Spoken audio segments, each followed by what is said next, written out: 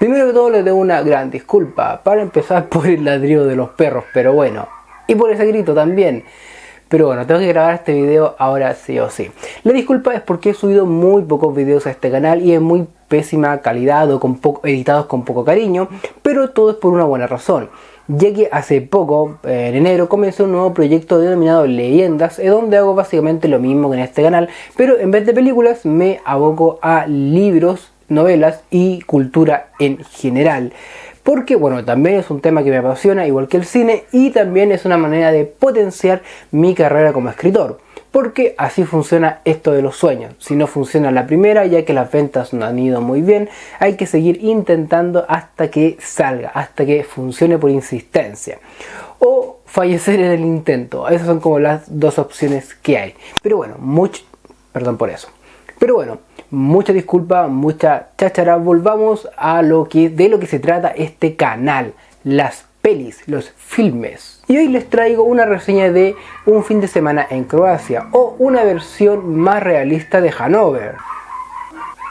Hola, hola, hola. Perros de mierda, los odio, los odio, los odio. Excepto el mío.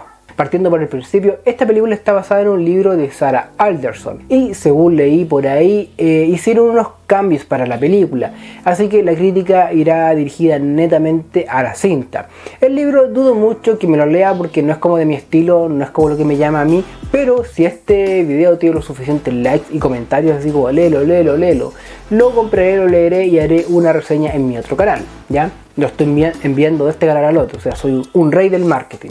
Pero de momento solamente me abocaré a la película. No me quiero detener mucho haciendo un resumen de la película, así que a grandes rasgos la protagonista, que es una mujer ya casada y con hijos, bueno, una hija, es invitada por su mejor amiga de la universidad a Croacia a pasar un fin de semana alocado tipo Hangover, ya que esta amiga recientemente pasó por un divorcio y está en esa fase de despecho. Todo se complica cuando la protagonista es drogada, pierde el conocimiento y al día siguiente su amiga no aparece y pasan las horas, los días y no aparece nunca. Bueno, sí aparece, pero flotando en el mar, muerta, porque se había ahogado. Y cuando la protagonista pone el grito en el cielo de quién habrá hecho esto, la policía se le queda mirando a ella, ya que es la principal sospechosa. Y ahí se va complicando como cualquier thriller de suspenso, acción y misterio.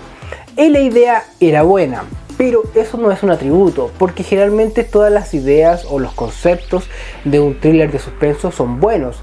Y en general porque no tienen mucha ciencia. Hay un misterio, un crimen, puede ser un asesinato, un asalto, una estafa, un engaño a nivel político y qué sé yo, y se tiene que descubrir la verdad. Básicamente todo tiene la misma estructura. Todo depende de cómo se cuente dicha estructura o cómo se desarrolla la idea. Y cómo se desarrolló en esta película, mi opinión es bastante negativa. Vamos viendo los problemas que no me hicieron enganchar con esta cinta. Para empezar, en un orden cronológico, ya que es lo primero que sale a la luz, las actuaciones. Las actuaciones van de lo mediocre a lo pésimo. Y este problema te saca de la experiencia, ya que...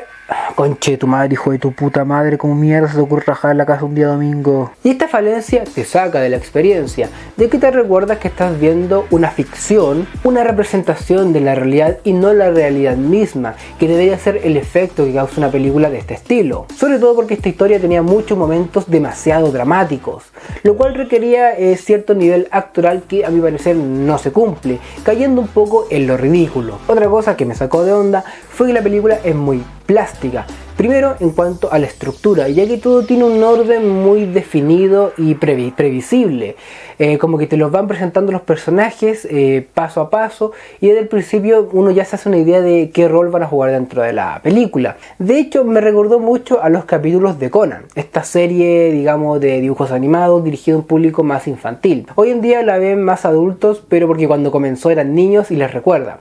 Ese es mi caso. Se me acaba de apagar el aro de luz porque está malo, así que si me apoyan en el canal dando like y todas esas cosas para comprarme otro luego. En fin, continuemos así a oscuras.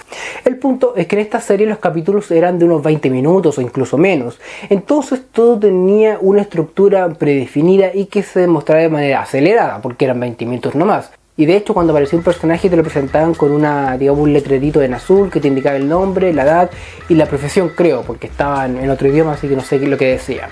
Y el punto es que te lo presentan como que en el fondo diciéndote ya, este tipo es el sospechoso y puede ser bueno y puede ser malo, es la idea que te dan. O este tipo o a veces el culpable te lo dejaban saber desde el principio. Este es el malo por si acaso porque se está riendo cuando murió tal víctima, y la gracia está en que Shinichi Kudo puede averiguar de qué manera asesinó a dicha víctima. O de repente te sorprendían presentándote un personaje muy amable y cordial y que al final ese era el malo. Y todo muy esquematizado. Y funcionaba bien porque era una serie dirigida a un público infantil que no exigía mucho y los capítulos eran de 20 minutos o menos. Pero esa estructura no sirve para una película entera, sobre todo una como esta que es bastante larga. Y sin embargo sigue la misma estructura. Primero te presentan al dueño del hostal, que es un tipo como medio como con ansiedad social, como diciéndote, ojo, este tipo luce sospechoso y podría o no estar relacionado con el crimen que va a ocurrir más adelante. Del mismo modo te presentan al taxista como este personaje cordial, como diciendo, ojo, él va a ser una ayuda en el futuro. Y lo mismo sucede cuando presentan a este policía, sobre todo porque la protagonista, su mejor amiga y la otra policía son personajes femeninos.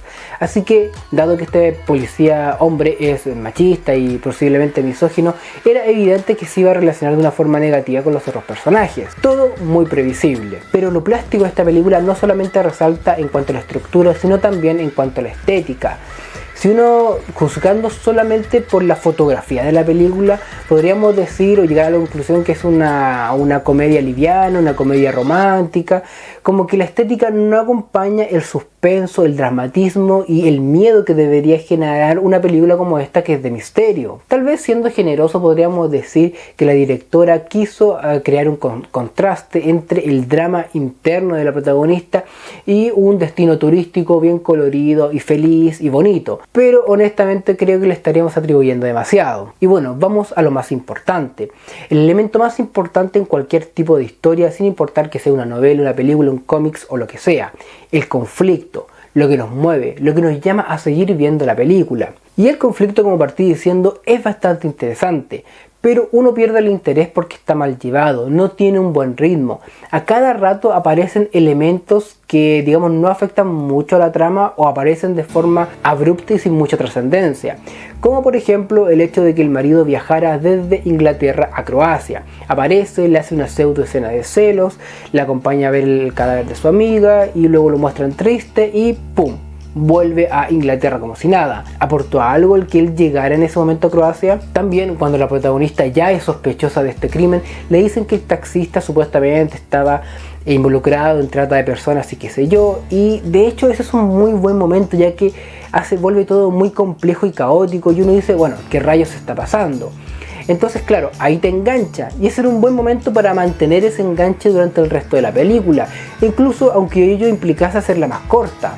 Pero no, porque la sueltan, vuelve a su casa, mágicamente se encuentra con el taxista que lo había dejado entrar el dueño del Airbnb y le dice, no, esto es mentira, porque le explica lo que pasó en verdad y al final le dice, escucha tu corazón. Y listo, vuelve a confiar en él. Y yo dije, bueno, en algún momento del futuro volverá a desconfiar o la desconfianza quedará latente. No, vuelve a confiar en él como si nada hubiese pasado. En resumidas cuentas, creo que lo peor no es que la película no te atrape, sino que te atrapa a ratos pero te deja ir de inmediato. Entonces en ningún momento se logra acumular una tensión que sea verdaderamente llamativa. Y creo que esto se pudo haber solucionado, uno, acortando la película, y dos, no metiéndole tantas subtramas que al final quedan en nada. Este tipo de cosas solamente logran entorpecer la película. Y en este caso tal vez una estructura más lineal, más al hueso, hubiese sido mucho más efectiva. Sobre todo porque estos elementos no solamente entrampan la trama, sino que también crean muchos agujeros de guión o incoherencias. Por ejemplo, cuando parecen estar convencidos de que el asesino es el policía, convenientemente cae, tiene un accidente y fallece, y todos asumen que él es el culpable, lo cual no tiene ningún sentido porque en verdad no tenían ninguna prueba. O sea, sí, el tipo se comportó mal con la víctima y luego la va a dejar a su casa, y eso es toda la información que tienen, y luego ellos deducen que de alguna manera él regresó, la mató y la dejó en el mar. ¿Por qué llegan a esa conclusión? No tiene ningún sentido. Bueno, sí tienen una prueba, que es un video que aparece mágicamente. ¿De dónde apareció ese video? ¿Lo tenían desde antes? Si es que no, el hecho de pensar que era el policía los llevó a obtener ese video. ¿Cuál fue la conexión lógica ahí? No tiene mucho sentido. ¿De dónde es ese video? ¿Es una cámara de seguridad? Y durante toda la película hay millones de cámaras de seguridad. en todos lados, en el Airbnb, en lugares públicos, en alguna tienda, pero ninguna de ellas parece ser útil para la investigación hasta que es conveniente para la trama. Y lo peor de todo es que en esta grabación nunca se le ve la cara al tipo, e incluso se nota que por la contextura podría no ser el policía, pero aún así nadie se lo cuestiona. ¿Y cuál es el problema real con todas estas incoherencias? Que el final pierde su peso. Al final, cuando parece que todo ya está esclarecido, nos enteramos que el verdadero asesino fue el esposo. ¿Cuál es el problema? Que para este punto yo ya estaba chato y quería que la película terminara nomás. Ya me daba lo mismo quién era el asesino y quién no, porque primero te da a entender que es uno, luego el otro, luego el otro, luego el otro. Y claro, se supone que esa es la idea de una película de misterio, que te tenga en vilo en todo el rato. Pero cuando abusan de este recurso ya se vuelve cansino y conveniente. Y lo peor de todo es que no tiene ni un puto sentido. O sea, si el tipo viajó a Croacia y volvió, claro, te dejan más que claro que el viaje solo dura 2 horas y perfectamente pudo hacerlo. Pero no es tan fácil tomar un avión, o sea, 2 horas el viaje y lo que pasa antes y luego el regreso, lo que pasa después. De haber sido mínimo mediodía y nadie nota su ausencia, ni siquiera la persona a quien dejó a cargo de su hija, sea quien sea. No se dio cuenta que faltó mediodía, un día entero. La policía, cuando se enteró de esta infidelidad, que a todo esto tampoco aporta en nada, entre el esposo y la amiga fallecida, no se le ocurrió investigar al esposo, darse cuenta que había viajado en esas fechas y en esas horas. Todo muy conveniente, forzado y sin sentido. Creo que la única manera de explicar o excusar todas estas falencias es que la policía de Croacia son verdaderos imbéciles. De otra manera, no queda justificado. Cabrón, originalmente esta reseña iba a durar unos 5 minutos, pero me alargué porque me emocioné hablando de lo mala que es esta película. Y como ya dije en un momento, lo peor o el peor pecado de esta película no es que no te atrape, porque sí te logra atrapar en ciertos momentos, sino que cuando te atrapa, te deja ir como si fuese cualquier cosa, y hace esto 2 o 3 veces, lo que provoca que al final uno diga que esta guay se termine luego y punto. Por eso, amigos, si el día de mañana ustedes quieren escribir un cuento, una novela o una película, preocúpense de lo más importante de todo, el conflicto. Eso es lo que nos atrapa y lo que nos hace querer seguir viendo la película hasta el final. Y luego de eso empiezan a adornar el conflicto con otros elementos que no son menos importantes, como por ejemplo la construcción de personajes, que es casi tan importante como la creación de conflicto. Y también temas estéticos como la fotografía de la película, algún mensaje secundario que quieran darle, como un mensaje feminista, antirracista y qué sé yo. Algún personaje secundario interesante, o tal vez un personaje secundario que sea más humorístico, y todas esas cosas que solo van a sumar si el conflicto es interesante y está bien hecho. Me encantaría quedarme hablando del conflicto narrativo horas, porque es un tema que de verdad me gusta y me apasiona, pero en exactamente 1 hora y media va a empezar la función de Batman y la tengo que ir a ver, y esa se la reseñaré en el siguiente video. Nos vemos.